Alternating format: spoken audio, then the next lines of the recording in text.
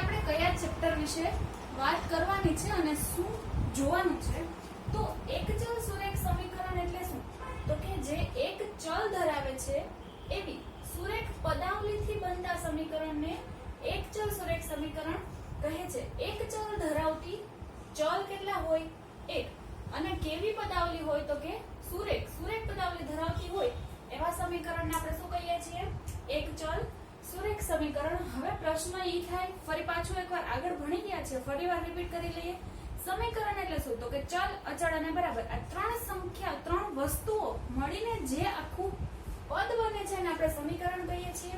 એના પછી અહીંયા જોયું પદાવલી તો પદાવલી એટલે શું તો ગુણાકાર સરવાળા બાદબાકી અને ભાગાકાર આ ચાર પ્રક્રિયાઓ છે। ચાર પ્રક્રિયાઓમાંથી કોઈ પણ એક અથવા તો બે સાથે મળી અને ચલ ને અચળ સાથે કોઈ પ્રક્રિયા થાય કેવી તો કે સરવાળો બાદબાકી ગુણાકાર અથવા તો ભાગાકાર ઈ બધું મળીને જે પદ બને છે એને આપણે શું કહી શકાય પદાવલી। તો હવે પદાવલી કોને કહી શકાય તો અહીંયા જોઈએ જો પહેલું એક્ઝામ્પલ શું છે 4x + 5 તો x અને 4 ની વચ્ચે ગુણાકાર છે આ 4x અને 5 ની વચ્ચે પ્લસ સરવાળો છે બરાબર। તો આ અચળ છે અને ચલ એની સાથે કોઈ પ્રક્રિયા કરી એટલે આ મને જે મળ્યું એને હું શું કહી શકીશ પદાવલી। પછી 8b - 3 8 અને b વચ્ચે ગુણાકાર એ ચલ અને અચળ છે અને એમાંથી 3 બાદ કર્યો એટલે બાદબાકી પણ છે તો આ બધું મળીને શું બને છે પદાવલી। ઈ જ રીતે અહીંયા ગુણાકાર ખાલી 15 અને y નો પછી ભાગાકાર જોઈએ તો x / 6 બરાબર। તો આ બધી જે મળે આપણને એને શું કહી શકાય પદાવલી। હવે આ ચેપ્ટર માટેના નિયમો થોડા છે એ જોઈને પછી આપણે એને દાખલા કઈ રીતે જોવાના છે એ જોશું। તો હવે અહીંયા જોયો કોઈ પણ સમીકરણ બરાબર અને ચલની મદદથી બને છે। ચલ અને કોઈ પણ સમીકરણ આપણે બનાવવું હોય તો ચલ અને બરાબર તો હોવા જ જોઈએ એમાં સાથે અચળ તો હશે જ। તો હવે કોઈ સમીકરણ બને છે એમાં જ્યારે બરાબરની નિશાની આવે તો બરાબરની નિશાની હોય એની ડાબી બાજુ જે પદાવલી હોય એને આપણે શું કહીએ છીએ ડાબા એનું શોર્ટ ફોર્મ અને બરાબરની જે જમણી બાજુ હશે એને શું કહીએ જબા બરાબર। બરાબરની ડાબી બાજુ હોય એને ડાબા એટલે એનું શોર્ટ ફોર્મ થયું અને જમણી બાજુ હોય તો શું કહેશું એને જવા બરાબર। તો હવે સમીકરણ હોય તો કોઈ પણ સમીકરણમાં ડાબી અને જમણી બાજુ એની વચ્ચે આપણને શું દેખાય છે બરાબર। તો બરાબરનો મતલબ શું થયો તો કે ડાબી બાજુની કિંમત અને જમણી બાજુની કિંમત બે કેવી હશે સરખી બરાબર। પછી જો એ સમીકરણનો ઉકેલ એ કોઈ પણ સમય સંખ્યા મળી શકે પ્લસય મળે ઝીરોય મળે ઋણય મળે અને અંશછેદમાં એટલે કે સમય સ્વરૂપમાં પણ મળે। સમય એટલે આગળના પહેલા ચેપ્ટરમાં જોઈ ગયા। હવે શું છે સંખ્યાની જેમ ચલને પણ આપણે એક બાજુથી બીજી બાજુ છે અદલા બદલી કરી શકીએ એટલે કે બરાબરની આપણે ડાબી બાજુ કોઈ સંખ્યા હોય તો એને મારે જમણી બાજુ લેવી હોય તો લઈ શકાય જમણી બાજુ હોય એને હું ડાબી બાજુ પણ લઈ જઈ શકું છું। પછી જો સંખ્યા ઉંમર પરિમિતિ ક્ષેત્રફળ ચલની નાણું આધારિત કુટ પ્રશ્નોનો ઉકેલ આપણે કોના દ્વારા મેળવી શકીએ છીએ તો કે સુરેખ સમીકરણના ઉપયોગથી। કોઈ પણ મને કુટ પ્રશ્ન એટલે કે આપણે વ્યવહારિક દાખલા જે જોઈએ છે કે ભાઈ આના આધારે આની વાત કરીએ છીએ તો છેલ્લે જે મેઇન વ્યક્તિ હતું એની પાસે કેટલું હતું બરાબર। તો આવી રીતનું પરિમિતિ મેળવીએ ઉંમરના આધારે કોઈ વાત કરતા હોય તો ઈ કોઈ સંખ્યા મેળવવી હોય તો એ બધું શેના આધારે મળશે સુરેખ સમીકરણના ઉપયોગથી બરાબર। અહીંયા વચ્ચે પ્રકાશ પડે છે એટલે કઈ દેખાશે નહીં એટલા માટે આ રાઉન્ડ કરેલું છે બરાબર।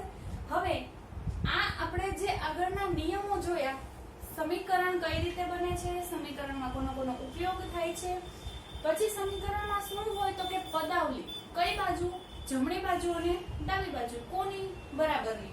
તો બરાબરની જમણી બાજુ હોય એને શું કહીશું જવા અને બરાબરની ડાબી બાજુ હોય એને ડાબા। હવે કોઈ પણ સમીકરણ હોય ફરીવાર રિવાઇઝ કરાવું છું કોઈ પણ સમીકરણ હોય એની ડાબી અને જમણી બાજુ જે પણ પદાવલી આપેલી હોય ઈ બંનેની કિંમત હંમેશા કેવી હશે સરખી તો અને તો જ વચ્ચે બરાબર આવશે બરાબર। પછી એનો ઉકેલ શું મળે તો કે કોઈ પણ સમય સંખ્યા અને સંખ્યાની ચલની જેમ આપણે સંખ્યાની જેમ આપણે ચલને પણ બરાબરની એક બાજુથી બીજી બાજુ લઈ જઈ શકાય છે અને કોઈ પણ પ્રશ્નનો ઉકેલ મારે જોતો હોય તો કોના આધારે મેળવીશ તો સુરેખ સમીકરણના ઉપયોગથી. હવે સમીકરણનો ઉકેલ કઈ રીતે મેળવવો એ અહીંયા જોશું. બરાબર, આપણે આ 7મા ધોરણમાં જોઈ જ ગયા છીએ, તો એકવાર જોઈ લઈએ ફરીથી. હવે x - 3 બરાબર 10. હંમેશા ઉકેલ જોતો હોય એટલે શું જોતું હોય તો કે જે ચલ આપ્યો છે એ ચલની કિંમત કઈ રીતે કરીશ તો કે જે ચલ આપ્યો હોય એને પહેલા મારે એકલો પાડવો પડે. એકલો પાડવા માટે હું શું કરીશ તો કે આજુબાજુમાં જે હોય એને બીજી બાજુ લઈ જાઉં. તો આ ચલ છે એને હું આમ નામ રાખીશ. અત્યારે શું છે x, સાથે કોણ છે -3. તો -3 ને મારે બીજી બાજુ લઈ જવા પડે.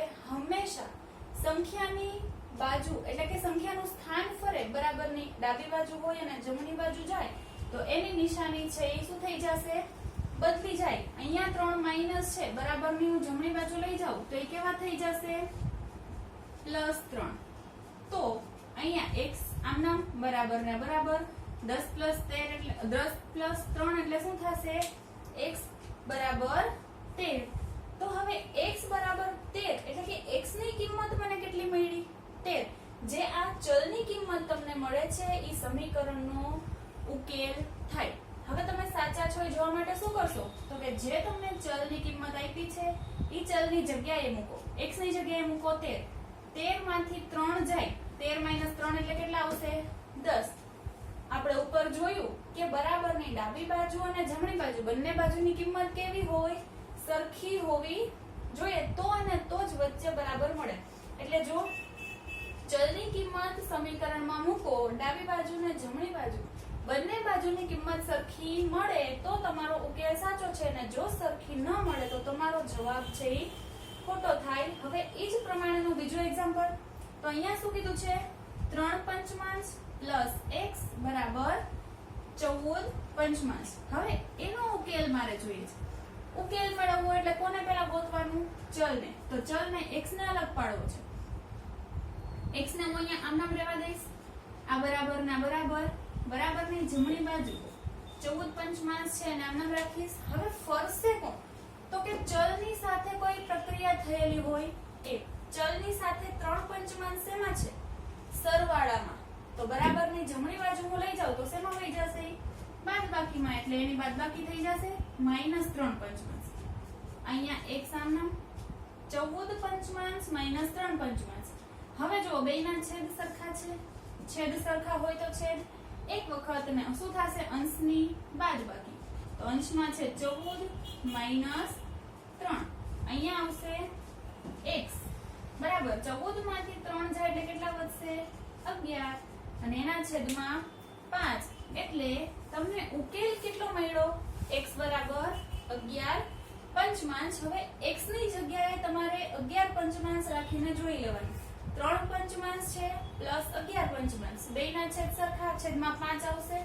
અહીંયા શું છે 3 અને અહીંયા અંશમાં શું છે 11. 11 + 3 એટલે 14. એટલે અહીંયા તમારો જવાબ જે મળે છે એ સમીકરણમાં મૂકીએ એટલે ડાબી બાજુની કિંમત અને જમણી બાજુની કિંમત સરખી બને છે. એટલે આપણો આ સમીકરણનો ઉકેલ મળે છે અને આપણો જવાબ સાચો છે એવું આપણે કહી શકીએ. હવે પછી જોઈએ સ્વાધ્યાય 2.1. તો સ્વાધ્યાય 2.1 માં આપણે આગળ જે સમીકરણ ઓલી બાજુ ઉકેલતા શીખા એ જ દાખલા છે.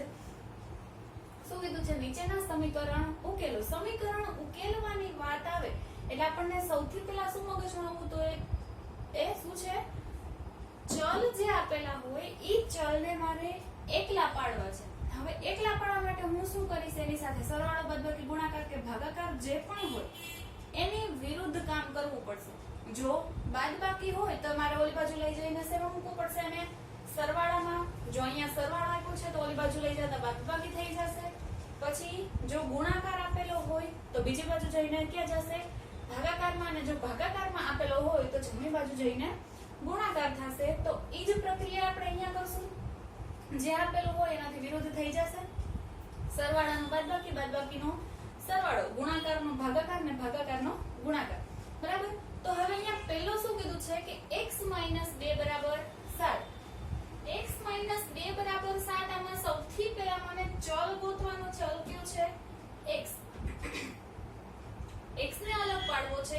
સાથે છે કોણ -2 બાદબાકીમાં છે એને બીજી બાજુ ફેરવવા પડશે તો શું થશે એમાં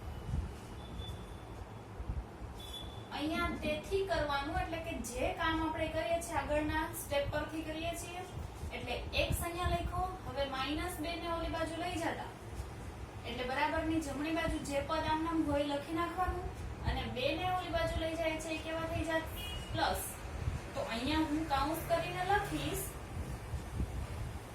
કે -2 ને બરાબરની જમણી બાજુ લેતા બરાબર જે પ્રક્રિયા કરી છે મારી સાઈડમાં લખતું જવું પડશે આ ઊંધા 3 ટપકાનો મતલબ શું તો કે અહીંયા જે ફેરફાર કર્યો એ મેં અહીંયા લખ્યો છે બરાબર આ ફેરફાર કયો છે આગળ તમને જે સમીકરણ જે પદ દેખાય છે એમાં ફેરફાર કરેલો છે હવે અહીંયા શું થશે x આમના 7 2 એટલે કેટલા થશે 9 તો x બરાબર 9 આ મને શું મળે છે સમીકરણનો ઉકેલ તેથી સમીકરણનો ઉકેલ કેટલો છે x બરાબર 9 થાય બરાબર આપણો પહેલો ક્વેશ્ચન પૂરો હવે એની પછી જોશું આપણે બીજો પ્રશ્ન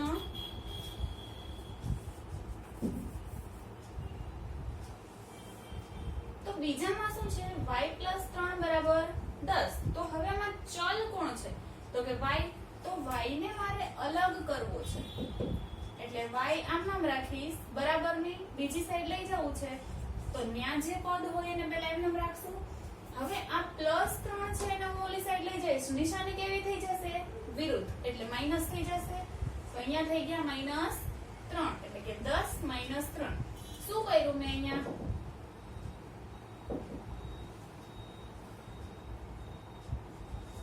3 ને બરાબરની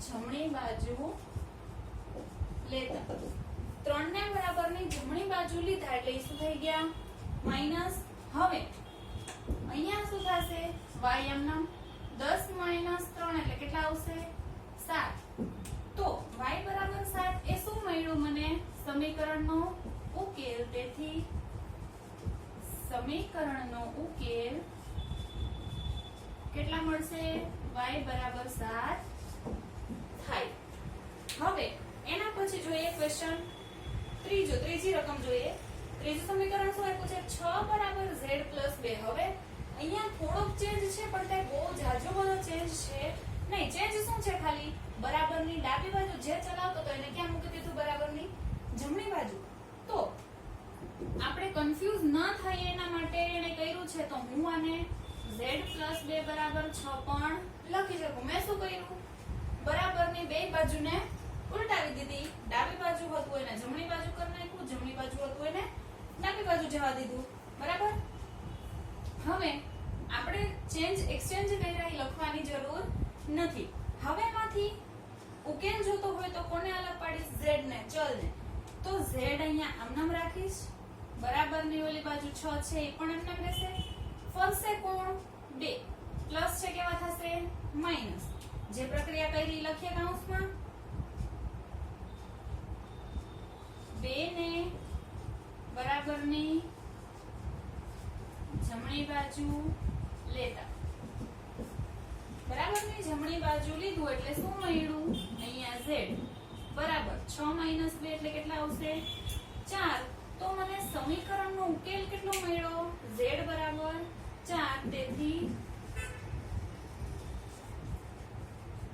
સમીકરણનો ઉકેલ z બરાબર 4 થાય બરાબર હવે એના પછી જોઈએ ચોથો ક્વેશ્ચન તો ચોથામાં શું કીધું છે 3 સપ્તમાંશ પ્લસ x બરાબર 17 સપ્તમાંશ હવે અહીંયા કોને અલગ પાડશું x ને તો અહીંયા x આમનામ બરાબરની ઓલી બાજુ 17 સપ્તમાંશ આમનામ હવે ફરશે કોણ તો કે 3 સપ્તમાંશ કેવા છે પ્લસ છે અહીંયા આગળ કોઈ નિશાની ન હોય તો કેવું હોય પ્લસ અહીંયા આવીને થઈ જશે કેવા માઈનસ શું કર્યું મેં કોને ફેરવ્યા 3 સપ્તમાંશ ને બરાબરની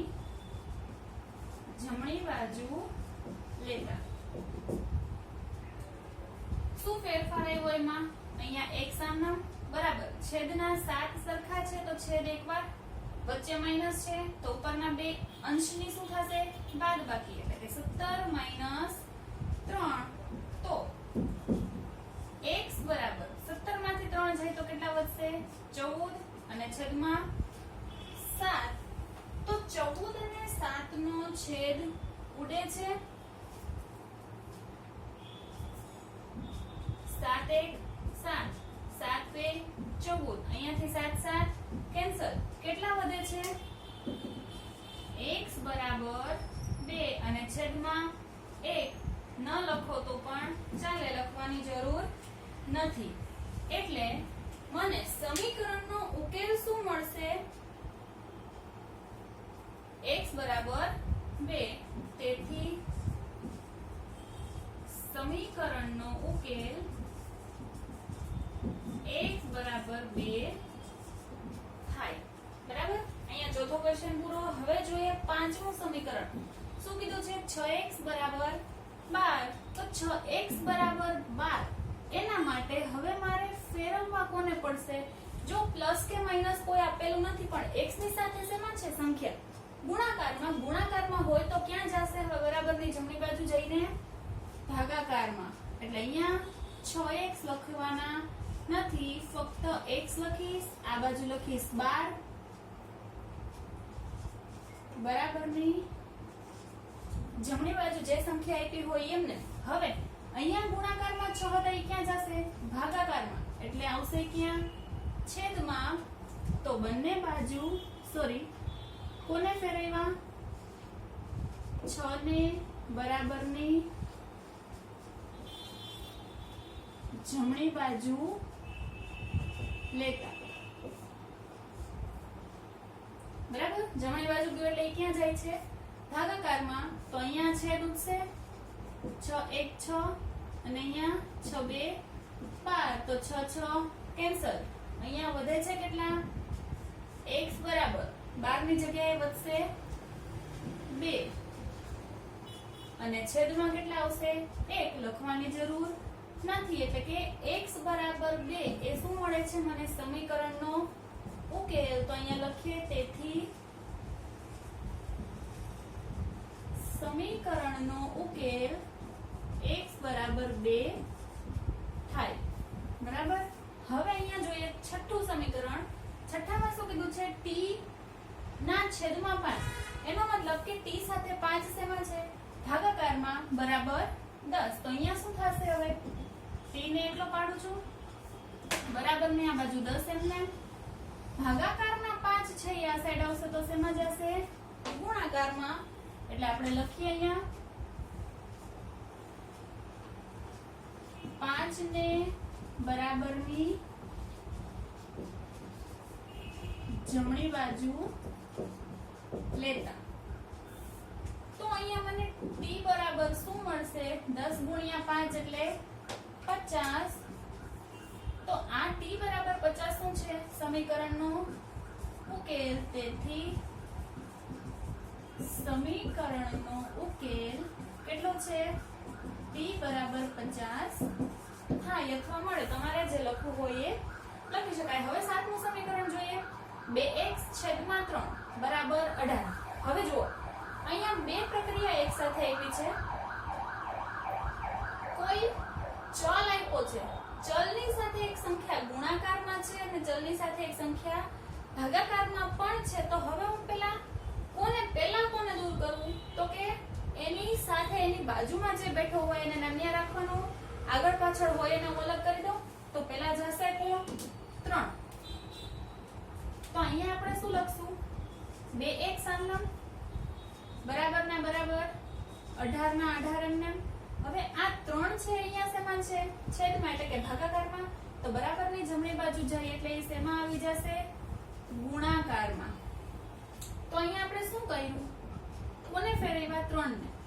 3 ને બરાબરની જમણી બાજુ લેતા. તો બરાબરની જમણી બાજુ લીધું તો મને શું ફેરફાર દેખાણું એમાં? અહીંયા આવશે 2x બરાબર 18 ગુણ્યા 3 18 3 54 બરાબર. હવે અહીંયા શું થાય છે 2x બરાબર 54 થાય. તો હવે આ x ને અલગ પાડવા માટે 2 ને છૂટા પાડીશ. અહીંયા 2x બરાબર 54 એમાંથી હું શું કરીશ તો કે x નામ રાખીશ 54 ના છેદમાં 2. અહીંયા શેમાં છે ગુણાકારમાં જમણી બાજુ આવે તો ભાગાકારમાં એટલે અહીંયા હું લખીશ 2 ને બરાબરની જમણી બાજુ લેતા તો અહીંયા છેદ ઉડશે 2 1 2. હવે 2 વડે તમે 54 ના ભાગ ચલાવો તો શું થશે આગળ 5 છે 2 કરતા મોટા તો એક સંખ્યા લેશું 2 2 4 આવશે. જોતા હતા કેટલા 5 પણ આવ્યા 4 એટલે 1 વધ્યા તો 5 ની જગ્યાએ લઈશ 1 અને બાજુમાં 4 એટલે કેટલા વધે 54. 2 2 4 ભાગ ચાલ્યો તો 1 વધ્યા બાજુમાં 4 એટલે 14. પછી 2 7 14 એટલે 27 2 54 થાય. અહીંયાથી 2 2 કેન્સલ. તો અહીંયા x બરાબર શું વધશે 54 ની જગ્યાએ વધેલા 27 છેદમાં 1 છે લખવાની જરૂર નથી. એટલે સમીકરણનો ઉકેલ મને કેટલો મળશે x બરાબર 27. તેથી સમીકરણનો ઉકેલ x બરાબર 27 મળે અથવા તો થાય. હવે 8મું સમીકરણ જોઈએ 1.6 બરાબર y ના છેદમાં 1.5. ફરી પાછું આગળના સમીકરણને